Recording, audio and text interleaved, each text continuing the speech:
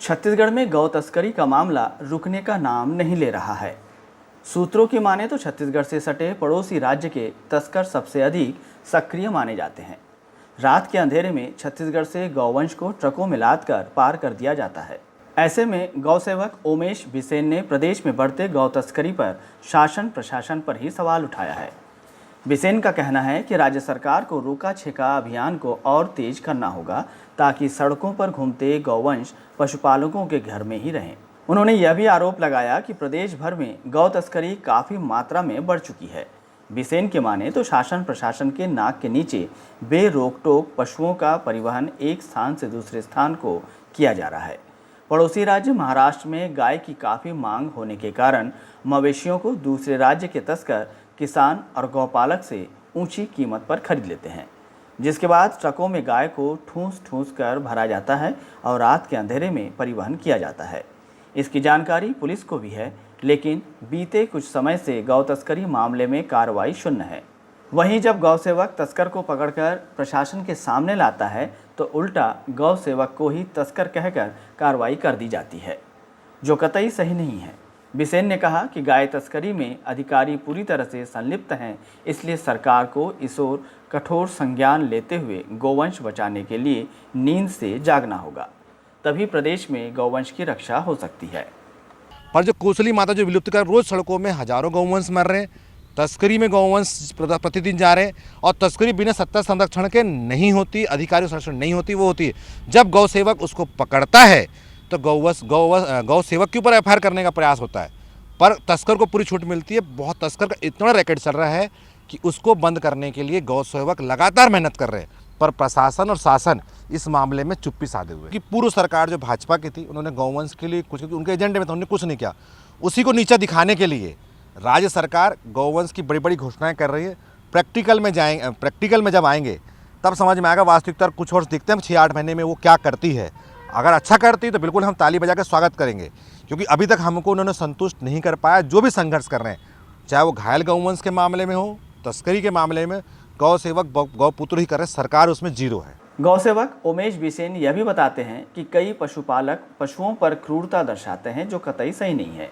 उनकी माने तो पशुओं को घर घर घुमाकर अपनी रोजी रोटी चलाने और पैसा मांगने की प्रक्रिया बिल्कुल गलत है। नियम के अनुसार यदि कोई प्रवासी पशुपालक ऐसे पशुओं को लेकर किसी राज्य में जाते हैं तो जीव कल्याण बोर्ड में इसकी पूरी तरह से एंट्री की जानी होती है। उसके बाद ही ऐसे पशुओं को घर घर या अन्य किसी रूप में रोजगार में उपयोग किया जा सकता है, अन्यथा यह क्रूरता के नियम के अधीन माना जाता है। ऐसे ही छत्तीसगढ़ में राजस्थान से भारी संख्या में ऊंट को लाया जाता है और आम लोगों के बीच ले जाकर महावत अपना रोजी रोटी कमाता है।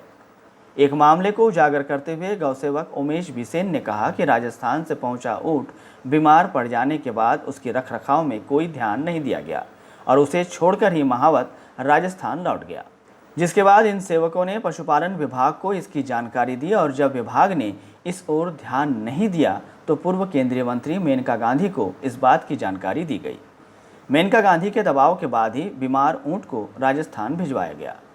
गौसेवक उमेश बिसेन का मानना है कि इसमें शासन प्रशासन का मिलीभगत होता है, इसलिए अन्य प्रदेशों से आए पशुओं पर क्रूरता अपनाई जाती है। पशु क्रूरता जो अधिनियम है सेंट्रल गवर्नमेंट के, उस अधिनियम में आता है आप किसी भी प्राणी को घर घर घुमा के अभी वर्तमान के समय में पैसा नहीं ले सकते, भीख नहीं मंगवा सकते। पालन करो, आपको शौक है बिल्कुल, पर उनके उसको रोजी रोटी बना के हम नहीं चला सकते। और साथ में उनके पूरे ट्रीटमेंट, और जिस राज्य में जाए उस राज्य का जीव कल्याण बोर्ड उन जीवों का प्रवास करके आया तो आपको रजिस्ट्रेशन करना पड़ेगा, महावत का नाम, उसके पास लाइसेंस होना चाहिए। जीव कल्याण बोर्ड का कुछ भी नहीं रहता। अवैध तरीके से व्यापार पूरे देश के अंदर प्रदेश चलता है, पर इस सारे व्यापार चलाने में स्थानीय जीव कल्याण बोर्ड और वेटनरी विभाग मिल के काम करते हैं, क्योंकि उनको महावत और जो अन्य लोग होते हैं बराबर पैसा देते हैं। वर्तमान में एक मामला यहाँ पे आया रायपुर के अंदर में, 15 ऊँट आए थे, 14 ऊँट को लॉकडाउन के दौरान में ले जाले जो बीमार था उसको यहाँ पे महावा जो तस्कर होते हैं उन्होंने छोड़ चुके थे। यहाँ भी उन्होंने दलाल को दिया। हमारे जीव प्रेमी व्यक्ति के संज्ञान में हमको जानकारी दी, हमने लगातार वेटनरी विभाग को जानकारी दी, वेटनरी विभाग ने उस संज्ञान में नहीं लिया।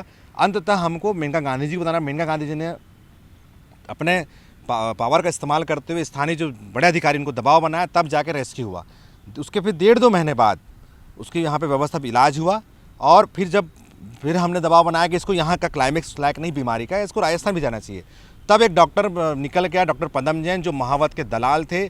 पता चला कि वो जितने भी यहाँ पे हाथी या जो आते हैं उसकी दलाली करते हैं, उन लोग को बिल्कुल संरक्षण देते हैं, और वो व्यक्ति जीत रहा कि नहीं हम महावत को देंगे। फिर हमने मीडिया के माध्यम से संज्ञान में लाया कि एक डॉक्टर इन तस्करों की दलाली कर रहा है। तब प्रशासन, जिला कलेक्टर महोदय ने और वेटनरी विभाग के बड़े अधिकारी ने उसको उस मामले से हटाया, और हमारी बात मानते हुए उसमें कस्तूरी बल्लार का बड़ा महत्वपूर्ण रोल रहा। उन्होंने पूरे नियम कानून के साथ उसको यहाँ से दिल्ली से व्यक्ति आया जो बहुत प्रशिक्षित व्यक्ति था, उसने फिर यहाँ से राजस्थान ले गया। राजस्थान में मेघा गांधी के संस्थान में वो गया उठ यहाँ से। बिल्कुल लगातार, क्योंकि इस घटना के दौरान बहुत सारी जानकारी हमको लगी कि किस प्रकार पशुपालन विभाग और वेटनरी विभाग लोगों को बेवकूफ़ बनाता, और जैसे पदम जैसे जैन जैसे डॉक्टर किस प्रकार से मिसयूज़ करते हैं और तस्करों का साथ कैसे देते हैं। ये एक नई चीज़ का खुलासा है, और आगे जितने भी यहाँ हाथी या अन्य जीव आएंगे इसकी जानकारी इकट्ठा करेंगे, प्रशासन को देंगे, प्रशासन कार्रवाई नहीं करेगा तो जो हमसे नियमता बन पड़ेगा हम करने का प्रयास करेंगे। बहरहाल प्रदेश में गौ तस्करी हो या दूसरे प्रदेश से पहुंचने वाले पशुओं पर अत्याचार, इस पर सवालिया निशान लगने लगा है, लेकिन शासन प्रशासन इस ओर मुस्तैद दिखाई नहीं दे रही है। ऐसे में पशुओं के प्रति क्रूरता होना लाजमी है। अब राज्य सरकार को विशेष तौर पर ध्यान देकर पशुओं को संरक्षण देना होगा, तभी यह बेजुबान पशु महफूज रह पाएंगे। अगर आपने अभी तक हमारा चैनल सब्सक्राइब नहीं किया तो अभी सब्सक्राइब करें और बेल आइकॉन को क्लिक करके हमारी लेटेस्ट वीडियोस के बारे में अपडेट जानें।